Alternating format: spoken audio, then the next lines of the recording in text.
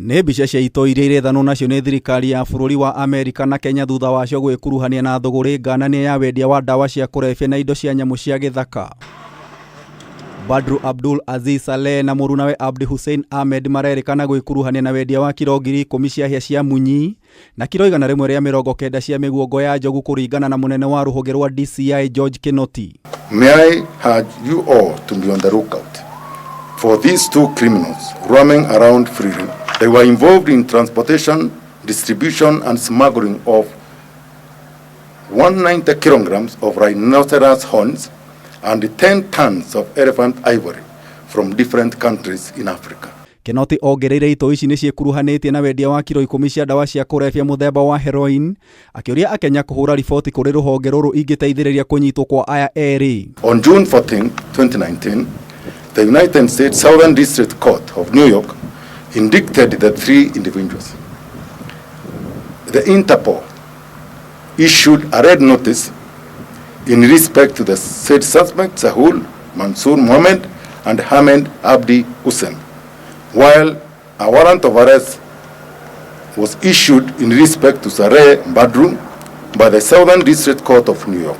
Ĩno nĩ ĩkĩrirwo mũkonde nĩ ũbarothi wa Amerika kũgerera Eric Nidler, akiuga nĩ marekereire kimanjika kĩa mũigana wa ciringi mirioni 233 kana dola mirioni 2 kũrĩ mũndũ ũrĩa ũngĩheana riboti ĩngĩcungiriria guikio ngono kwa aya eeri. Today I joined Director Kinoti in announcing 2 rewards of up to $1 million each for information leading to the arrest and conviction of fugitives Abdi Hussein Ahmed and Badru Abdul Aziz Saleh. Abdi Hussein Ahmed and Badru Abdul Aziz Saleh have been on the run and they remain wanted fugitive as I given this press release.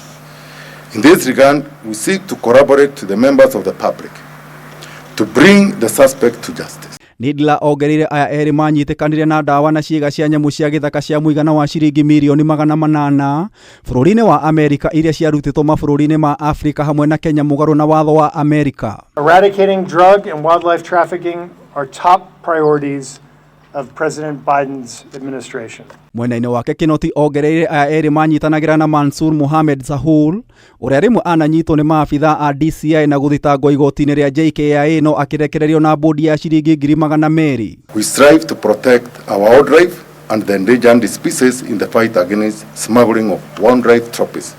The United States of America has played a significant role in facilitating tracking of criminal networks. Riboti ĩno yũkĩte thikũ ithano thutha wa maabitha a DCI gũikia ngono mũtumia wa mĩaka 29 Nur Murshid mwena wa Utange kaunti-inĩ ya Mombasa na ndawa cia mũigana wa ciringi mirioni 100 mũthemba wa cocaine.